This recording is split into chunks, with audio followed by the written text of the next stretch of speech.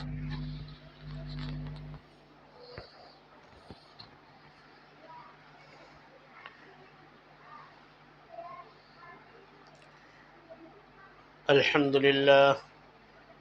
لله نحمده ونصلي على رسوله الكريم. أما بعد، فأعوذ بالله من الشيطان الرجيم. بسم الله الرحمن الرحيم. إن الله ملائكته يصلون على النبي يا أيها الذين آمنوا صلوا عليه وسلموا تسليما. صدق الله العظيم وصدق رسوله النبي الكريم. میرے محترم بزرگ دوستو، ابھی میں نے جو قرآن کریم کی آیت تلاوت کی ہے، اللہ تبارک و تعالیٰ اس آیت کریمہ کے اندر فرماتے ہیں کہ بے شک میں اور میرے فرشتے محمد رسول اللہ صلی اللہ علیہ وسلم کے اوپر درود بھیجتے ہیں. اے ایمان والو، تم بھی پیارے نبی صلی اللہ علیہ وسلم کے اوپر درود بھیجا کرو. میرے محترم بزرگ و دوستو،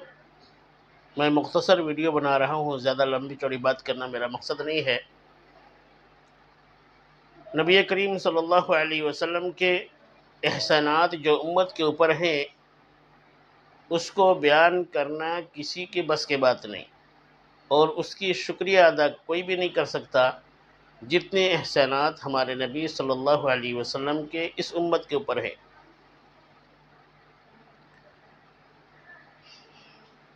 اللہ تبارک و تعالی خود خالق و مالک، رازق، ہر چیز کو، پوری دنیا کے نظام کو چلانے والا، وہ کسی بھی چیز کا محتاج نہیں. وہ اللہ تبارک و تعالی تمام ایمان والوں کو ایک ایسے بہت سارے ارکان دیے ہیں جس کو کرنے کا حکم دیا ہے، اور 5 چیزیں ایسی ہیں جس کو اللہ تبارک و تعالیٰ نے ایمان والوں کے اوپر فرض قرار دیا ہے، جس میں سے پہلا ہے ایمان، دوسرا ہے نماز، تیسرا ہے زکوٰۃ، روزہ اور حج. یہ 5 ارکان ایسے ہیں جس کو خود اللہ تبارک و تعالیٰ بندوں کے اوپر فرض قرار دیتے ہیں، اور بندے جب تک اس کو نہیں کرتے تب تک وہ ایمان والا نہیں ہو سکتا. اگر کرنے کی طاقت نہیں ہے تو ماننا ضروری ہے، اس کو انکار نہیں کر سکتا. لیکن اللہ تبارک و تعالیٰ نماز نہیں پڑھتے، اللہ تبارک و تعالیٰ روزہ نہیں رکھتے، اللہ تبارک و تعالیٰ زکوٰۃ نہیں دیتے، صدقہ خیرات نہیں کرتے، اللہ تبارک و تعالیٰ کسی بھی عبادت کو نہیں کرتے. لیکن درود شریف ایک ایسی عبادت ہے جو اللہ تبارک و تعالیٰ خود بھی اپنے حبیب محمد رسول اللہ صلی اللہ علیہ وسلم کے اوپر بھیجا کرتے ہیں. میرے محترم بزرگ دوستو، درود شریف پڑھنے کے بے شمار فوائد ہیں. میں مختصر ویڈیو بنا رہا ہوں، اس لیے میں آپ کے سامنے چند اس کی فضیلت اور فوائد بیان کر کے میں اپنی بات کو ختم کروں گا. درود شریف کی جو کثرت کرتے ہیں، جو پیارے آقا صلی اللہ علیہ وسلم کے اوپر درود شریف پڑھتے ہیں زیادہ، اللہ تبارک و تعالیٰ اس کو دنیا کے اندر رزق کی تنگی ہٹا دیتے ہیں، غم اور ٹینشن اس سے دور کر دیتے ہیں، عذاب قبر سے بھی حفاظت عطا فرماتے ہیں، اور میزان عدل میں جب میدان محشر میں میزان قائم ہوگا، وہاں میزان کے اوپر یہ وزن کو بڑھانے والی چیز ہے درود شریف، اور پل صراط کے اوپر سے بجلی کی طرف پار کرنے والی چیز ہے، اور جنت میں لے جانے والی چیز ہے، نبی کریم صلی اللہ علیہ وسلم کے قریب کرنے والی چیز ہے یہ درود شریف. ہم پیارے آقا محمد رسول اللہ صلی اللہ علیہ وسلم کے اوپر جتنا بھی زیادہ درود پڑھتے رہیں گے، اتنا زیادہ ہم نبی کریم صلی اللہ علیہ وسلم کے میدان محشر میں قریب ہوں گے، اور آخرت میں ہم آپ صلی اللہ علیہ وسلم کے اتنا ہی قریب ہوتے چلے جائیں گے.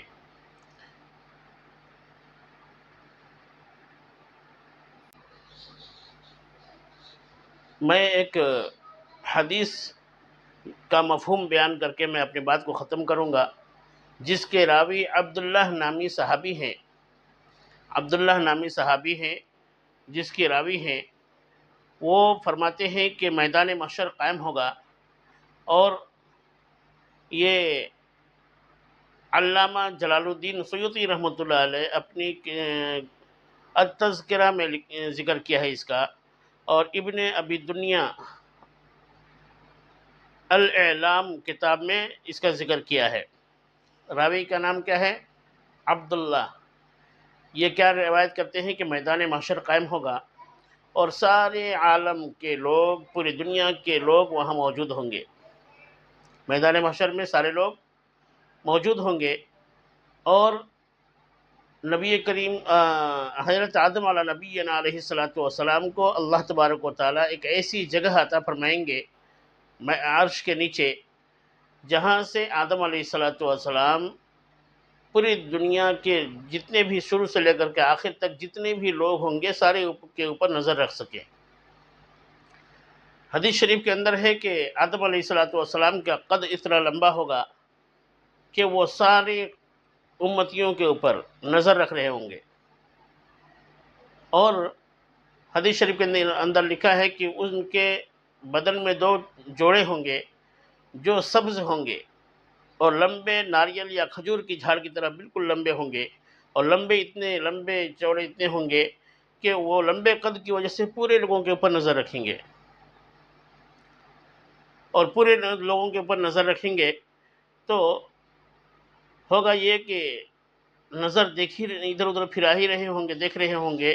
کہ اتنے میں ایک شخص کو محمد رسول اللہ صلی اللہ علیہ وسلم کی امت میں سے ایک شخص کو فرشتے زبردستی گھسیٹتے ہوئے جہنم کی طرف لے جا رہے ہوں گے۔ تو آدم علیہ الصلاۃ والسلام دیکھیں گے تو کہیں گے یا احمد، یا احمد۔ ہمارے نبی صلی اللہ علیہ وسلم کا نام نامی اس میں گرامی احمد بھی ہے اور محمد بھی ہے، تو آپ صلی اللہ علیہ وسلم فرمائیں گے لبیک یا ابا البشر، اے بشر کے والد، میں حاضر ہوں۔ تو آدم علیہ الصلاۃ والسلام ہمارے نبی، پیارے نبی محمد رسول اللہ صلی اللہ علیہ وسلم کی طرف متوجہ ہو کر کہیں گے کہ اے محمد صلی اللہ علیہ وسلم، آپ کے امت کے ایک شخص کو فرشتے جہنم کی طرف گھسیٹ کر کے لے جا رہے ہیں۔ تو آپ صلی اللہ علیہ وسلم فرماتے ہیں کہ میں اپنی چادر کو کس لوں گا اور کس کے باندھوں گا، اور باندھ کر کے ان فرشتوں کے پیچھے جو گھسیٹ کر کے لے جا رہے ہوں گے ان کے پیچھے بھاگوں گا، اور جا کر کے ان کے پاس کہوں گا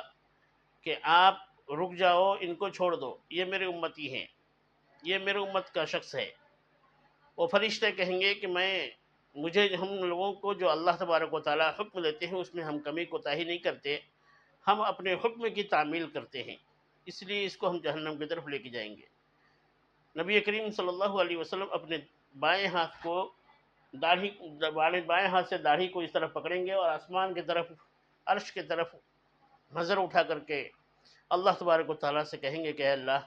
تو نے وعدہ نہیں کیا تھا کہ میں محمد صلی اللہ علیہ وسلم کی امت کے بارے میں کوئی آپ کو تکلیف نہیں دوں گا، میں ان کا خیال رکھوں گا، یا اللہ یہ کیا ہو رہا ہے؟ تو اللہ تبارک و تعالیٰ کا غیب سے آواز آئے گا کہ وہ فرشتوں، وہ میرے کارکنندوں، تم رک جاؤ اور اس شخص کو وہیں پر لا کے چھوڑ دو جہاں سے اس کو لے کے گئے تھے، یعنی میزان کے پاس۔ تو فرشتے لا کر کے میزان کے پاس کھڑے کر دیں گے، نبی کریم صلی اللہ علیہ وسلم وہاں آئیں گے اور اپنے پاس سے ایک چھوٹا سا پرزہ نکالیں گے جو انگلی کے پوروں کے برابر اتنا چھوٹا سا ہوگا، اس کو اس ترازو کے پلڑے میں ڈال دیں گے، تو ترازو کا پلڑا ہوگا جو جھک جائے گا، اور گناہوں کا پلڑا، نیکی کا پلڑا جو ہے بھاری ہو جائے گا، اور اعلان کرنے والا اعلان کرے گا کہ یہ شخص سعید ہو گیا، یعنی گناہوں سے پاک و صاف ہو گیا، اب جنت میں جانے کا حقدار بن گیا۔ اب اس کو اعلان کرنے والے اعلان کریں گے کہ فرشتوں اس کو جنت میں لے جاؤ، جنت میں لے جا کر کے داخل کر دو۔ اب فرشتے ان کو پکڑیں گے اور جنت کی طرف لے جا رہے ہوں گے، تو جنت کی طرف جب لے جا رہے ہوں گے تو وہ شخص کہے گا کہ اے فرشتوں تھوڑی دیر رکو، وہ شخص کون ہے، مجھے ذرا ان سے بات کرنے دو۔ لہذا وہ شخص نبی کریم صلی اللہ علیہ وسلم کے پاس آئے گا اور کہے گا کہ اتنے خوبصورت چہرے والے آپ کون ہیں، آپ کا دل کتنا بڑا ہے، آپ کتنے پیارے ہیں، آپ کی پرسنالٹی اتنی اچھی ہے، آپ کا دل اور آپ کی شکل و صورت کتنی پیاری ہے، اے نورانی شکل و صورت والے آپ کون ہیں؟ تو نبی کریم صلی اللہ علیہ وسلم فرمائیں گے کہ میں تمہارا نبی ہوں، محمد صلی اللہ علیہ وسلم۔ تو وہ شخص کہے گا کہ آپ بہت ہی اچھے ہیں، آپ نے ہمارے گناہوں کو نیکیوں میں بدل دیا۔ تو نبی کریم صلی اللہ علیہ وسلم نے کہا کہ تمہارے گناہوں میں گناہوں کو نیکیوں سے بدل دیا گیا، اس کی وجہ یہ ہے کہ وہ پرزے میں وہ ساری نیکیاں لکھی ہوئی تھیں جو تم نے دنیا میں رہتے ہوئے میرے اوپر درود شریف پڑھے تھے، اور درود شریف کا پڑھنا آج تیرے لیے فائدہ مند ہوا۔ لہذا میرے محترم بزرگ دوستو، ہم لوگ درود شریف پڑھنے کا کثرت کریں اور کثرت سے آپ صلی اللہ علیہ وسلم کے اوپر درود و سلام پڑھتے رہیں، تاکہ اللہ تبارک و تعالی ہم کو بھی میدان محشر میں ہر طرح کی پریشانیوں سے، مصیبتوں سے، وہاں کی نفسا نفسی کے عالم میں اللہ تبارک و تعالی ہم لوگوں کو عرش کے سایہ میں جگہ عطا فرمائے۔ آمین، وآخر دعوانا الحمدللہ رب العالمین۔